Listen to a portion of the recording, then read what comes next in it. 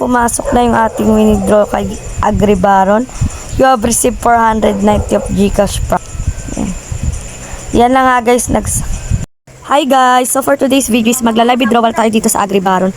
So as you can see guys, may 48.76 na ako na gold coins. So ang minimum withdraw dito is 50 gold coins pataas. So bago yan guys is mag-harvest muna tayo para makapag-withdraw tayo. So habang nag-harvest tayo is ayan, pumupunta siya sa backpack. As you can see, gumagalaw yung backpack, no. So doon natin isi-sell yung hinarvest natin, tapos magiging diamond yon. Then ipapakita ko sa inyo kung paano maging gold coins yung diamond. Ayan, so nakapagtanim na din pala ako. Ayan guys, i-harvest ko na rin tong chicken. Oh, ang cute ng chicken, may white chicken na. Yan, so nagkaroon na rin siya ng egg, tsaka feather. Collect items lang natin. Tapos go to buy tayo ng feeding, 5 gold coins yan. Purchase tayo. So feeding. Ayan, so nabawasan yung ating gold coins, no. Pero madadagdagan naman yan guys. So pupunta tayo dito sa backpack. Ayan. Yan, sell natin yung itlog. Ayan, nadagdagan na ulit yung gold coins natin. Tapos sell natin tong na-harvest natin. Ayan. Tapos ito, go to processing na natin yan para maging diamond. So max na natin yan. So yung 30 wheats na hinarvest natin, equivalent nun is 3 diamond. Sa chicken feathers, ang equivalent nun is 1.25 diamonds. Ayan. So ayan na nga guys, no. May 4.5 na tayo na diamonds, 49.06 na yung ating gold coins. So para maging gold coins yung diamond, pupunta ka lang dito sa market. Ayan. Click mo lang tong market. Ayan. Tapos, ayan, i-exchange natin yung diamond into gold coins. Ayan. So meron siyang 3% na handling fee. Kaya yung 4 diamond naging 3.88 na lang. So meron na tayong 52.94 na gold coins. Yan, i-withdraw natin yan later guys. So magtatanim muna ako. Nakapag-sign in na din pala ako.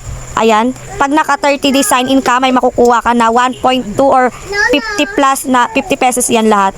So yung 52 gold coins, itong nasa balance ko, equivalent yan is 520 pesos. So ayan, magtatanim muna tayo. Ayan. Tatanim lang natin. Yung pinagtatanim ko pala dito guys, is free lang. Galing lang to sa daily sign in.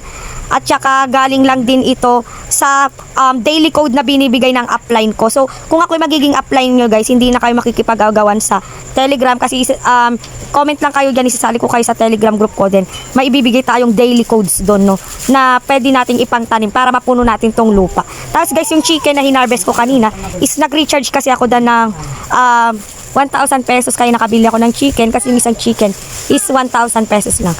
Ayun, invest at your own risk lang yan guys. Dito naman sa tinatanim natin, spray nga lang yan. So yan guys, nakapagtanim na tayo, and after 24 hours is mag-harvest na tayo. So plant and harvest lang ang gagawin natin yan. So mag-withdraw na tayo guys. So yan guys, para makapag-withdraw dito is ganito lang. Since meron na tayong 52.94 and ang minimum withdraw is 50 gold coins, is mag-withdraw na tayo ng 50 gold coins. Ang equivalent niyan is 500 pesos. Click mo lang yung icon na arrow sa gilid, then click mo lang tong withdrawal. Yan.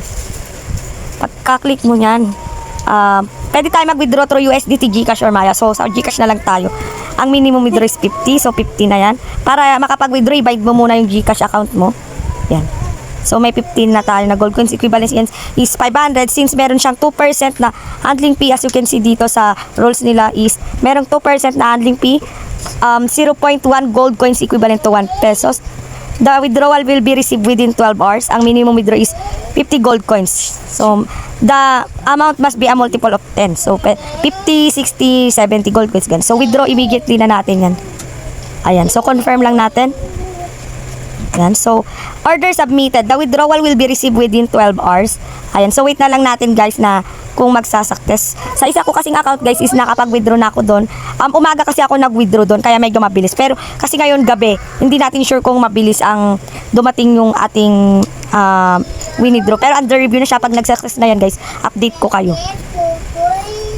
So yan na nga guys, nag-success na yung ating withdraw kay Agribaron application.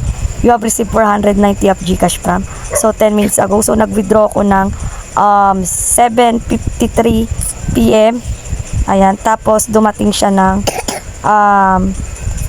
10 minutes ago ng 8:26 PM. So mabilis lang na dumating sa ating GCash. So pwede ka rin mag-withdraw through Maya and USDT. So yun nga guys, ang gagawin lang dito is plant and harvest. after 24 hours. Tapos magpapakain ka lang ng chicken. So para makapag-recharge, ay para makapag-withdraw ka nga dito is magre-recharge ka lang at least 530 pesos. So yun guys, 1 month na rin to sa Agribaron and okay na okay pa rin to sa bayan guys kasi maganda yung gumawa nito, yung developer. As you can see, sobrang ganda ng application na to, itong farm na to kasi pinag-isipan talaga. Hindi lang to binasta-basta kaya for sure tatagal to ng 2 to 3 months. So yun guys, no, invest what you can afford to lose lang guys. Sa mga gusto mag-invest dito, ilalagay ko na nga lang po sa pinned comment section ko yung aking link. And again, invest what you can afford lang guys. Thank you for watching and please subscribe to my channel for more videos and for more updates. Bye bye.